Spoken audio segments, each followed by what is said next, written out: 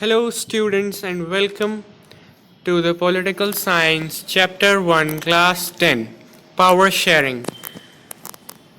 In this video lecture, we will be completing this few topics of power sharing, in which I will give you an overview of the chapter, an introduction of the chapter, that what will be starting in the power sharing. So first of all, sharing of power is known as power sharing, the simplest definition.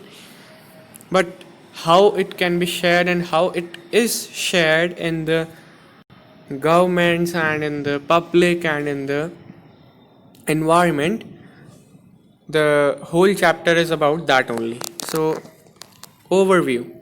With this chapter, we resume the tour of democracy that we started last year. We noted last year that in a democracy, all power does not rest with any one organ of the government. In the last class, we learned that democracy is a form of government in which power is divided among the legislative, executive, and judiciary, and it is elected by the people. So, people are a key element of the democracy. An intelligent sharing of power among legislature, executive, and judiciary is very important to the design of democracy. In this and the next two chapters, we carry this idea of power sharing forward.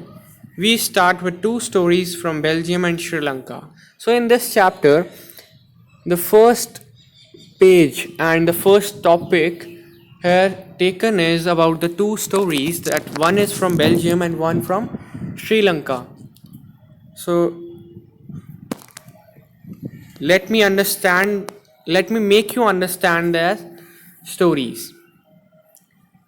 So we don't have to just read, we have to understand, because this is a board class and you have to attempt the board exams this year also. So you first have a clear mind, and it is a very easy chapter. You don't have to worry about political science. It is a very easy subject. In this you just get to know about the society and all. So this is all practical.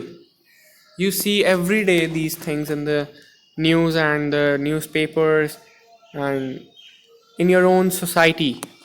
You even practice it at your homes. Power sharing is practiced in each and every home also. Let me explain. Let us take an example of your home and my home.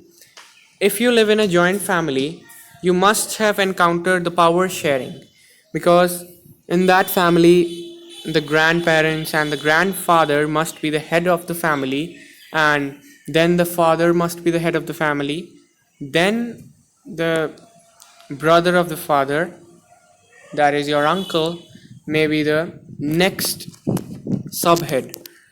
So there is a chain and there is division of power between the people of the family.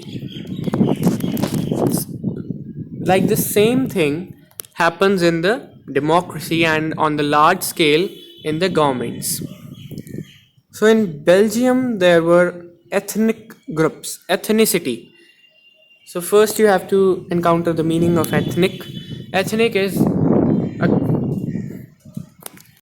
a social division based on shared culture. So when the cultures are shared and they are divided between the people, the divisions are made on the culture, that is known as ethnic. So the Belgium composition was very ethnic composition. So the first question also begins with this. Write about the ethnic composition of the Belgium. So Belgium is a small country in Europe. It has a smaller area than the state of Haryana. So you can imagine what Belgium could be. What area could Belgium have been? It has borders with France, the Netherlands, Germany, and Luxembourg. Population is of 1 crore or more. about half the population of Haryana. They are very less in number, but the composition was very ethnic. The 59% of the population lives in the Flemish region and they speak Dutch language. So you see the ethnic and the ethnicity of the composition, that the 59% lives in the Flemish region and the remaining 40% lives in the Wallonia region. The Flemish region people speak Dutch language and the others speak French language. Another 40% which live in the Wallonia region speak French language. And the remaining 1%, 59 and 40 becomes 99, and the remaining 1% they speak German language and they reside in both parts of the country. They do not have another area. But in the capital city, there is a contrary. I am focusing on this word contrary because in the whole state, the Belgium, the French people are less, and in the Brussels, the capital city, the 80% of people they speak French language while the 20% speak only Dutch language. So we can revise this topic once more. Belgium is a small country in Europe. It has borders with France, Germany, Luxembourg. It has population little over 1 crore. So but it has a very ethnic composition. It has Wallonia and Flemish regions. In the Flemish region, 59% of the population lives there and speak Dutch language, and in the Wallonia region, 40% of the people live there and speak French language. But in the capital city, Brussels, the composition is more ethnic, more complicated, because in the state, French people are in the minority, but in the Brussels city, they are in the majority. 80% of them are French and 20% are Dutch speaking. But on the contrary, then,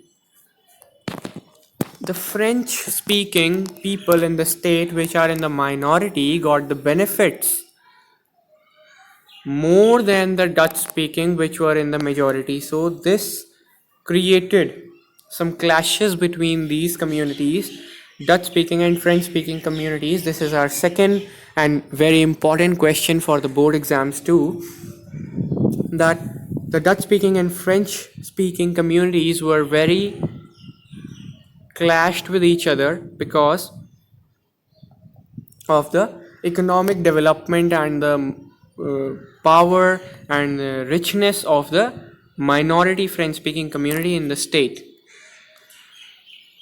And education also was received by Dutch speaking community much later.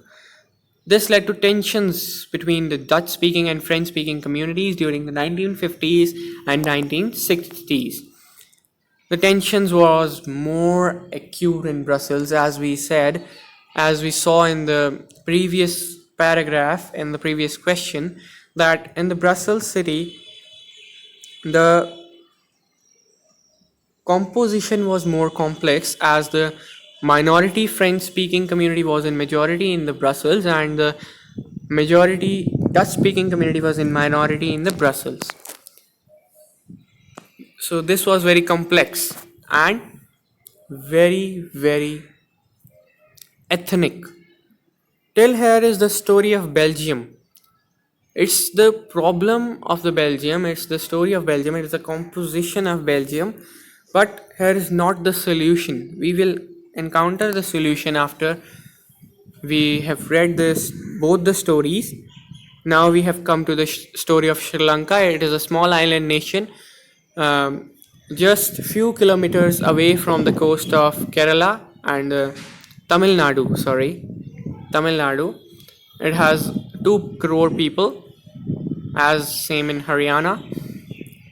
So like the other regions in the South Asia, Sri Lanka has a diverse population. It has diverse groups in the society, and it has to enable those groups to to be in the society.